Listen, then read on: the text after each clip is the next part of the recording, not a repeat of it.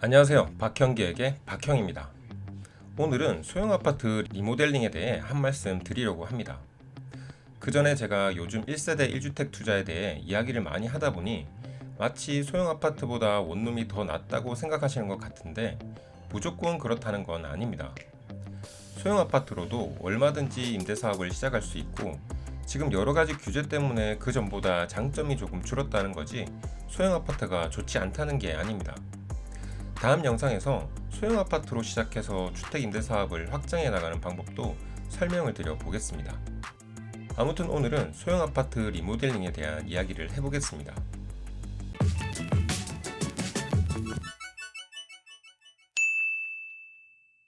제가 이전에 소형 아파트 리모델링을 하는 방법과 대략적인 금액을 소개해 드린 적이 있습니다. 잘못 이해하면 소개해 드린 모든 리모델링을 해야 하는 것처럼 들리실 수 있는데 저는 그 중에 필요한 최소한을 하시는 것을 추천드립니다. 소형 아파트 임대 사업은 최대한 싸게 아파트를 매입하고 최소한의 비용으로 리모델링을 해서 월세 수입을 얻는 것이 중요합니다. 그래서 아파트 매입도 최대한 싸게 하기 위해서 경매가 좋다고 말씀을 드렸고 리모델링도 저렴하게 하시라고 제가 실제로 리모델링을 할 때 들어가는 비용도 대략적으로 말씀을 드렸습니다. 그런데 리모델링을 하시다 보면 점점 욕심이 생깁니다. 특히나 경매로 낙찰을 받아서 리모델링을 하는 상황이라면 더 그렇습니다. 제가 추천드린 임대 목적의 아파트는 유명한 브랜드도 아닌 1억 이하의 아파트이다 보니 관리 상태가 좋지 않은 경우가 많습니다. 특히나 경매로 매입한 아파트는 내부를 확인하지 못하다 보니 일반적인 매매로 구입한 아파트보다 인테리어나 내부 사항이 좋지 못한 경우가 많습니다. 이런 아파트를 리모델링을 하시다 보니 자연스럽게 이것도 해야 될 것 같고 저것도 해야 될 것 같고 점점 리모델링의 범주가 커지게 되는 겁니다. 말씀드린 것처럼 소형 아파트이다 보니 비용이 많이 들어가면 소형 아파트 임대사업의 취지에 맞지 않게 됩니다. 아파트를 구입하면서 3천만 원 정도의 순자기 자본이 들어가고 리모델링으로 2, 3천만 원이 들어가게 된다면 이 금액으로 원룸을 사실 수도 있는 금액이 되어버립니다. 제가 처음 구입했던 상가주택의 순매입 금액, 즉 대출과 보증금을 제한 순자기 자본은 6천만 원이었습니다. 저는 이 6천만 원도 대출로 해결을 했지만 만약 제 자금으로 했다면 6천만 원으로 상가주택을 샀던 겁니다. 이 정도 금액이면 소형 아파트에 투자하시는 것보다는 상가주택을 사시는 게 당연히 더 낫습니다. 소형 아파트에 투자해서 임대사업을 하시려면 소형 아파트답게 적은 금액으로 매입을 하고 리모델링을 최소화해서 총 비용이 3, 4천만 원을 넘어가지 않아야 소형 아파트 임대사업이라고 할 수 있는 겁니다.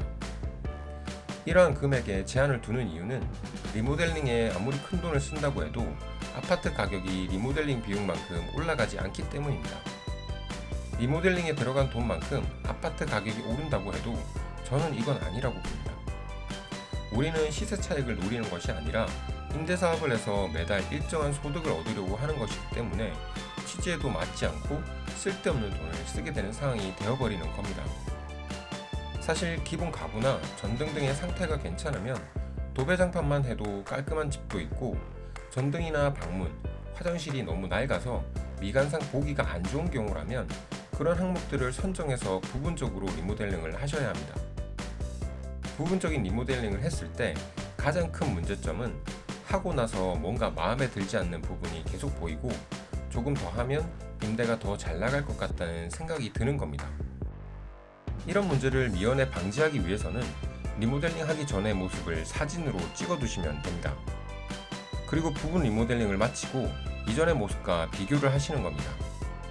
본인이 거주하는 집과 비교하는 것이 아니라 그 전의 모습과 비교를 해야 어느 정도 만족감도 들고 나아진 모습을 제대로 볼 수 있는 겁니다. 리모델링을 많이 하면 당연히 보기도 좋아지고 임대를 내기도 쉽지만 결코 무조건 많은 금액의 리모델링은 좋지 않습니다. 경매로 싸게 매입해놓고 싸게 샀으니 리모델링을 좀 더 많이 해도 되겠지라고 생각하시면 초기 투자 자금도 늘어나고 경매로 싸게 산 이점도 없어져 버립니다. 제가 이전에 올려드린 소형 아파트 리모델링 영상에서 1천만 원의 예산을 책정해 드렸었는데 이것보다 적으면 적을수록 소형 아파트 임대 사업을 성공할 가능성이 커집니다.